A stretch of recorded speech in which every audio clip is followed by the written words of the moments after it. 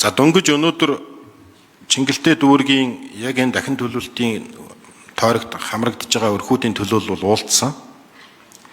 Энэ хууль анханасаа батлагдахдаа хууль тогтоомжийн тухай хуулийг зөрчиөд яралтай гормоор баталсан байлээ. 10 айлын 3-4 айл нь үн тохирохгүй шууд чөлөөлөд явах юм хууль эрх зүйн боломжийг олгочихсон. Одоо энэ дээр ингээд нэг сан байгуулж байна. Тэгээд татвар төлөгчдийн мөнгөөр такси үйлчлэгийг дэмжинэ гэдэг байгаа. Эргээд энэ нэг эдийн засгийн хувьд нэг хувийн хвшлийг ингээд төр бүх юмыг ингээд чиглүүлэх гэсэн арга барилын хувьд арай буруу юм биш үү гэж би бодоод байна л да. Тэгээ энэ асуудлыг ингээд нэлээд сайн хилцэж ягаад ярьсан зөв гэж бодож байгаа. Тийм учраас би энэ асуудлыг дэмжихгүй гэдгээ хэлье. Хоёрдугаар зөвхөн тэр үл хөдлөхийг үнэлээд байна.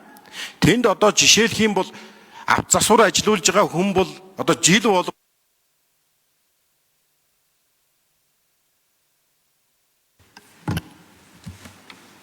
За Нямбатар дарга хариулт өгье. Дөрөвдүгээр энэ дэр. Баатаргүй гүшүүн, бид нар тухайн нэгж талбарын хөрөнгийг үнэлэхдээ Азийн хөгжлийн банкны барьдаг жишг одоо тэр журмын дагуу хөрөнгийг бүрэн орлуулах үнэлэх аргаар үнэлж байгаа гэдгийг танд хэлье.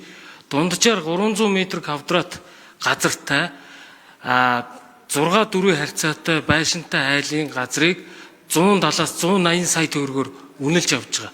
Өөрөөр хэлбэл тань дээр болон бусад их хурлын одоо өргөдөл гомдлын албанд манай газрыг хотын захиргаанаас хүчээр албадаж буулгасан, нураасан, чөлөөсөн гэсэн нэг ч гомдол энэ жил гарны хугацаанд ирээгүй. Тийм учраас дандаа бид нар хилцэл хийх аргаар уг асуудалд хандж байгаа гэдгийг хэлье. Дээр нь аж ахуй айл өрхүүд тэндээ амны орон сууц хэлбэрээр амьдрах сонирхолтой тохиолдолд бид нар байршлыг нь сольж байгаа газрын хэмжээг нэмэгдүүлж олгож байгаа гэдгийг хэлье. Дээр нь хувийн секторуудыг бид нар зарим